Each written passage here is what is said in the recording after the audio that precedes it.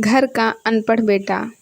सुमन अपने 3 बेटे, 1 बेटी और 2 बहू और पति के साथ रहा करती थी। वह बहुत खुश थी क्योंकि उसके दोनों बेटों की शादी हो चुकी थी। फिर भी उसके घर का बंटवारा नहीं हुआ था और सुमन का जॉइंट परिवार था। तो दूसरी तरफ सुमन का छोटा बेटा राकेश की घर में कोई इज्जत नहीं थी क्योंकि राकेश अनपढ़ था। इसलिए घर का हर एक सदस्य उसके साथ नौकरों जैसा व्यवहार किया करता था।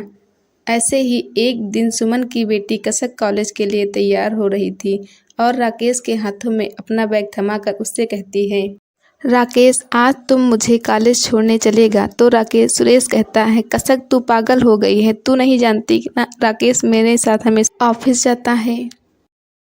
नेहा राकेश के मुंह पर तो उसकी तारीफ करती थी पर पीठ पीछे उसके अनपढ़ होने का उतना ही मजाक उड़ाती है। राकेश के अपने सगे भाई बहन उसकी इज्जत नहीं करते तो बाकी कहाँ से करेंगे। समय यूं ही गुजरता है।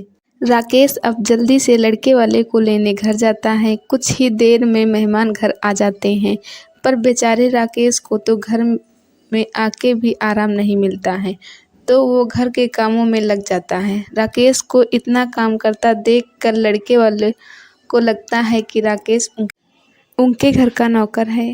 सुमन बहन, आपके घर का नौकर सच में बहुत अच्छा है। उसने हमें एक भी सामान उठाने नहीं दिया। बेचारा बच्चा अकेले ही सब लेकर आया और आते ही फिर घर के कामों में लग गया।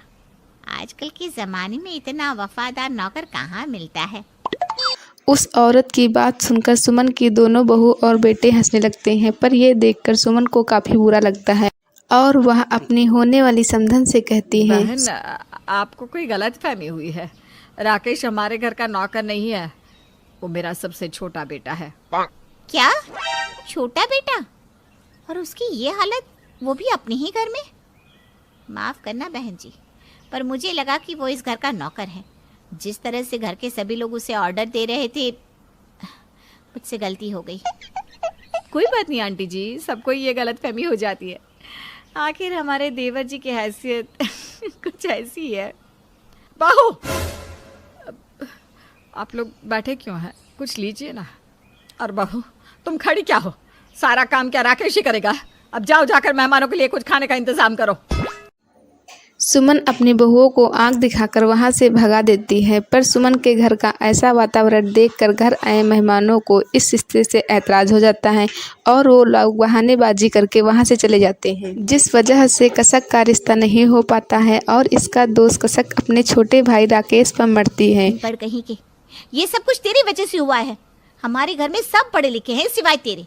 और माँ, जब लड़के वालों ने इसे नौकर समझा तो आपको क्या जरूरत थी ये कहने की कि ये मेरा छोटा भाई है। नौकर बनकर ही रहने देते ना इसे। इसकी वजह से इतना अच्छा आया मेरा रिश्ता भी टूट गया। माँ जी, कसक बिल्कुल सही कह रही है। एक तो आपका ये नालायक बेटा अनपढ़, ऊपर से इसकी हरकतें नौकरों वाली। अरे आज के दिन तो ये ढंग के कपड़े पहन सकता था ना। हाँ माँ, आप मानो या ना मानो, कसक का रिश्ता इस नालायक की वजह से ही टूटा है। मेरी मानो तो अगली बार जब कसक के लिए रिश्ता आए तो इसे अलग ही रखना। गलती हो गई हमसे जो हमने इसे लड़के वालों से मिलवा दिया। सुमन के बच्चे अपने ही छोटे भाई को भला बुरा कह रहे थे और सुमन चुपचाप खड़ी होकर सुन रही थी। वह चाह कर भी कुछ नहीं बोल पाई। तो वहीं दूसरी ओर राकेश भी अपने दर्द को किसी के सामने नहीं रख पाता और रसोई में जाकर चुप चुप कर रोता है और रसोई में ही ज़मीन पर सो जाता है क्योंकि कपड़ों की तरह घर वालों ने राकेश को कमरा भी नहीं दिया है। राकेश की ऐसी हालत देखकर सुमन को बहुत बुरा लगता है और उसे एहसास होता है कि उसने कितनी बड़ी गलती की है, अपने छोटे बेटे को नहीं पढ़ाया। तो क्या हुआ भाग्यवान, इतनी उदास क्यों हो? रिश्ता ही तो था, नहीं हुआ तो क्या हुआ? अपनी कसक बिटिया के लिए इससे भी अच्छे घर का रिश्ता आ जाएगा। हमारी बेटी बहुत होशियार है। मैं कसक के लिए परेशान नहीं हूँ। ये रिश्ता नहीं हुआ तो क्या हुआ, दूसरा कोई रिश्ता हो जाएगा। मैं परेशान अपने बेटे राकेश के लिए हूँ। उसके अपने सगे भाई बहन उसके साथ ऐसा व्यवहार करते हैं मानो जैसे वो सौतेला हो या फिर इस घर का नौकर। हमारे बेटे को आज तक कुछ नहीं मिला। वो अपने हक हिस्से के प्यार से हर चीज से वंचित रह गया और इन सब के दोषी हम हैं, हम। अरे भाग्यवान, ऐसा क्यों बोलती हो? हमने राकेश का भी तो एडमिशन करवाया था। अपने बाकी बच्चों की तरह हमने उसे भी पढ़ाना चाहा था, पर वही नहीं पढ़ना चाहता था। उसने खुद ही अपनी पढ़ाई छोड़ दी। क्या आपको सच में लगता है कि राकेश पढ़ना नहीं चाहता था? आप चाहे कुछ भी कहो, पर गलती हमसे हुई है। जब आपका बिजनेस डूबा तब हम अपने किसी भी बच्चे को सही शिक्षा नहीं दे पा रहे थे, और हमारे किसी भी बच्चे ने हमारी मजबूरी नहीं समझी।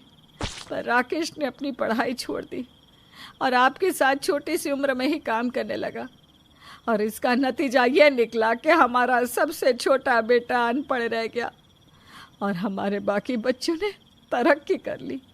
और शायद इसीलिए हमारे बाकी बच्चे हमारे राकेश के साथ ऐसा दुर्व्यवहार करते हैं। इतना बोलकर सुमन फूट फूट कर रोने लगती है। सुमन की आंखों में आंसू देखकर दिलीप को बहुत बुरा लगता है। वह चुपचाप सो जाता है। पर आधी रात में जब दिलीप की आंखें खुलती हैं और वह जब पानी लेने के लिए रसोई घर जाता है तो देखता है कि उसका बेटा ज़मीन पर सो रहा है। अपने बेटे को ज़मीन पर सोता देख उसे अपनी गलती का एहसास हो जाता है। आगे की कहानी के लिए आप हमारे चैनल